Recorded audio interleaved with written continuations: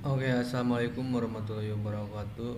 Perkenalkan nama saya Dapa dengan NIM 17230037. Saya di sini akan menjelaskan tugas PTIK ya tentang dampak teknologi informasi dan komunikasi. Oke, kita mulai aja. Selain memberikan manfaat, TIK teknologi informasi dan komunikasi juga menimbulkan dampak negatif terhadap manusia apabila digunakan sebagai mestinya. Berikut adalah contoh beberapa negatif dari penggunaan TIK di lingkungan masyarakat ya. Poin pertama ada terasing dari lingkungan. Nah, poin kedua meningkatnya kejahatan di dunia maya. Terus merusak moral. Terus nomor 4 menciptakan kesombongan diri. Oke, di sini dampak negatifnya dari lingkungan masyarakat itu oke. Seseorang pengguna komputer memiliki kecerdasan untuk mengisolasi diri karena ia akan berlama-lama di dalam komputer. Oke, untuk negatifnya kita juga kalau penggunaan TIK kayak akan lebih cenderung ke sendiri gitu karena kita akan berlama-lama berhadapan dengan komputer. Oke, selanjutnya di sini juga ada. Oke, selain dampak TIK berakibat negatif kepada masyarakat, maka tidak TIK juga memberikan dampak positif dan negatif. Oke, berarti dalam lingkungan masyarakat juga ada dampak negatifnya ya. Dampak positifnya. Oke, poin pertama dampak positifnya adalah informasi yang dibutuhkan akan semakin cepat. Inovasi dalam pekerjaan semakin berkembang dengan adanya inovasi e-learning yang semakin memudahkan proses pendidikan. Poin ketiga, kemajuan TIK juga dapat memungkinkan berkembangnya kelas virtual atau kelas yang berbasis telekomunikasi yang tidak mengharuskan sang pendidik dan peserta didik berada dalam satu ruangan. Poin keempat, sistem administrasi pada sebuah lembaga pendidikan akan semakin mudah dan lancar karena penerapan sistem TIK. Oke, berarti dalam positifnya dari TIK juga ada dari masyarakat sangat bagus juga ya. Memudahkan pekerjaan masyarakat tersebut. Oke. Ada juga dampak negatif teknologi informasi dan komunikasi di bidang pendidikan yaitu sebagai berikut. Oke. Poin pertama, kemajuan TIK juga akan semakin mempermudah terjadinya pelanggaran terhadap hak atas kekayaan intelektual. Dalam ini haki ya. Karena semakin mudah mengakses dan menyebabkan orang yang bersifat plagiatis akan melakukan kecurangan. Walaupun sistem administrasi suatu lembaga pendidikan bagaikan sebuah sistem tanpa celah, akan tetapi jika terjadi suatu kebocoran dalam menjalankan sistem tersebut akan berakibat fatal. Poin ketiga, salah satu dampak negatif televisi adalah melatih anak untuk berpikir pendek dan bertahan berkonsentrasi dalam waktu yang sangat singkat. Oke, itu dampak negatifnya ya dari pendidikan. Oke, lanjut poin bidang sosial budaya. Oke, di sini juga ada negatifnya dari bidang sosial budaya ya. Oke, poin pertama, informasi yang ada di masyarakat dapat langsung dipublikasikan dan diterima oleh masyarakat. Sumber informasi tidak hanya berasal dari satu orang saja. Dalam masyarakat, semua orang dapat menjadi sumber informasi. Setiap orang dapat saling bertukar informasi satu sama lain. Poin kedua, hubungan sosial antar masyarakat dan berlangsung di mana saja dan kapan saja. Berada di kota Bandung dan satunya lagi berada di kota Makassar ya. Oke, sangat memudahkan sekali. Poin ketiga, sosialisasi kebijakan pemerintahan dapat lebih cepat disampaikan kepada masyarakat. Oke, itu dampak positifnya ya dari bidang sosial budaya. Di sini juga ada dari sosial budaya ada dampak negatifnya ya. Poin pertama, timbulnya jenis kejahatan baru Kejahatan yang timbul antara lain penipuan, pencurian nomor kartu kredit, pornografi, pengiriman email, email sampah, pengiriman virus, penyadapan saluran telepon, semata-mata aktivitas seseorang dan mengacukan trafik jaringan. Ya di kita juga sudah banyak juga ya ada yang seperti itu di kehidupan kita. Oke, lanjut. Di sini ada bidang perniagaan dan perdagangan ya. Di sini juga saya menjelaskan dampak positifnya dari bidang perniagaan dan perdagangan. Poin satu, membuka peluang bisnis baru. Pertumbuhan ekonomi yang semakin tinggi, terjadinya industrialisasi, menjamurnya bisnis sebagai berbasis internet, produktivitas dunia industri semakin meningkat. Konsumen tidak perlu mendatangi toko untuk mendapatkan barang. Oke, di sini juga di bidang perniagaan dan perdagangan sangat memudahkan sekali ya saat kita mau ibaratnya mau belanja, mau belanja dengan instan gitu, sangat memudahkan sekali dari kehidupan kita ya. Oke, dampak negatifnya juga ada di bidang perniagaan dan perdagangan. Poin satu, mendorong tindakan konsumtif dan pemborosan dalam masyarakat. Nomor dua, menambah angka pengangguran karena tenaga manusia yang banyak digantikan dengan mesin-mesin. Oke, di sini juga dampak negatifnya juga yang sering kita temui ya di kehidupan kita itu mungkin kebanyakan yang menganggur karena sistem-sistem sekarang dia membutuhkan bisa digantikan sama mesin-mesin atau robot-robot yang semakin canggih gitu. Oke, nomor 4, bidang pemerintahan.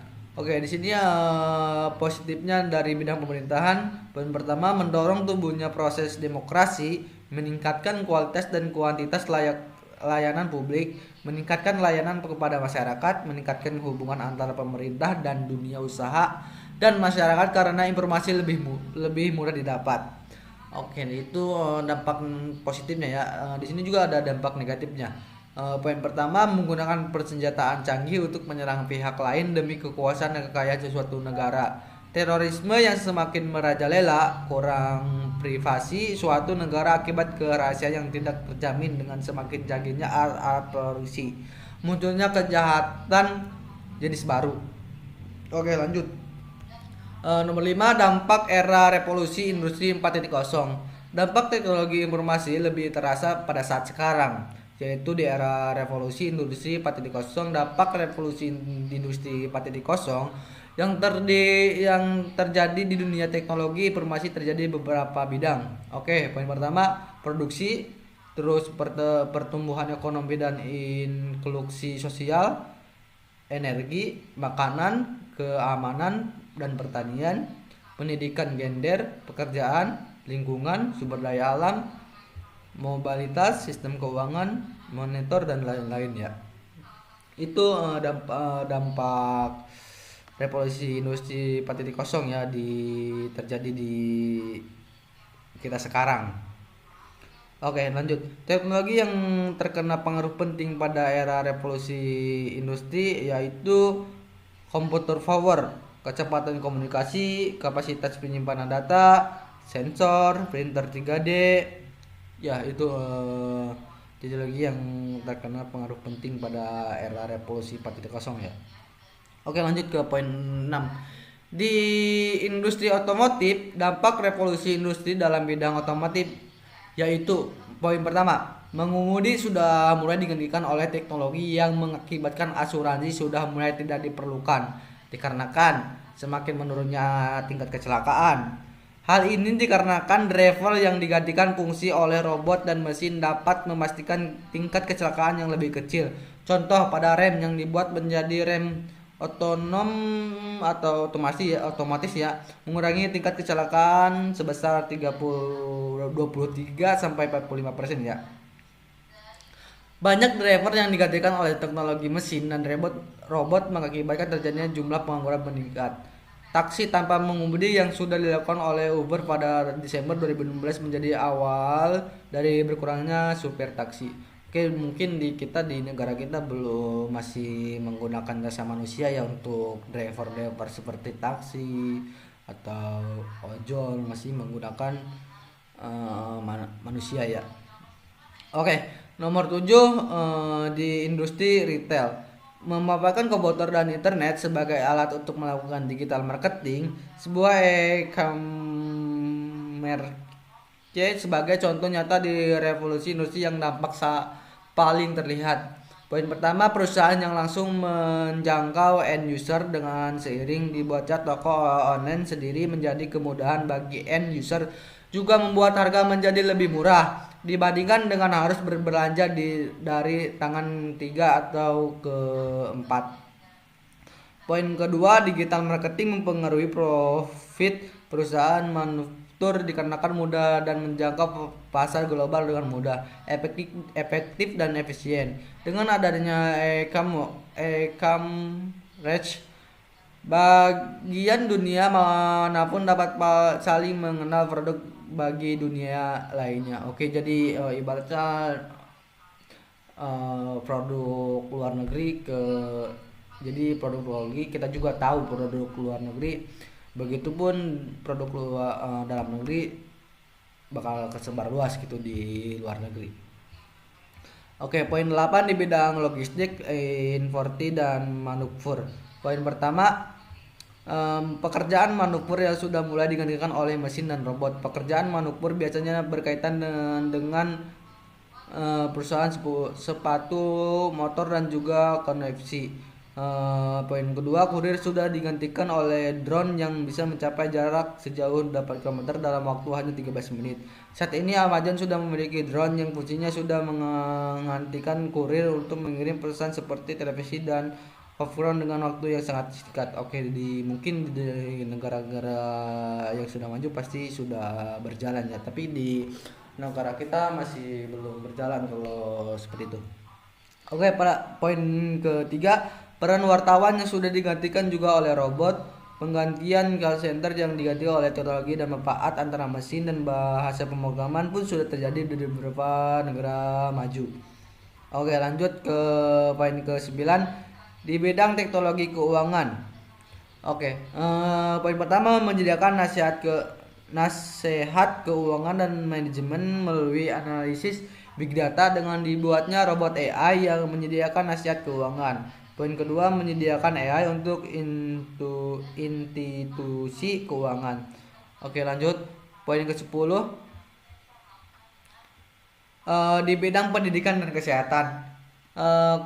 Terciptanya AI di dunia kesehatan sebagai mengambil keputusan di beberapa bidang kesehatan, meningkatnya akses dan kualitas pelayanan kesehatan jarak jauh, menciptakannya e-learning yang tidak mengharuskan siswa datang ke kelas untuk mengajar, terciptanya e-library agar mempermudah dan pencarian kebutuhan dan buku dan jurnal.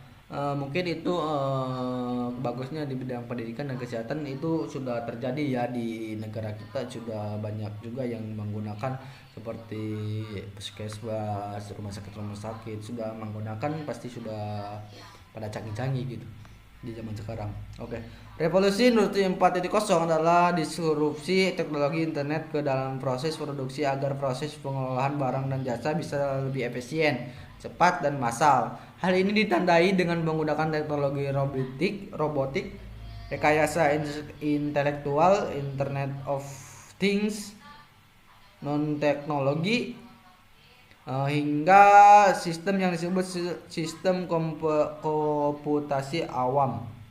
Oke, dampak yang besar terancam terjadi beberapa bidang manufaktur. Ancaman muncul dalam bentuk hilangnya beberapa lapangan pekerjaan dan akan ada 4.75 juta pekerjaan administrasi di 18 negara terancam dirumahkan dikarenakan adanya revolusi industri 4.0 ini.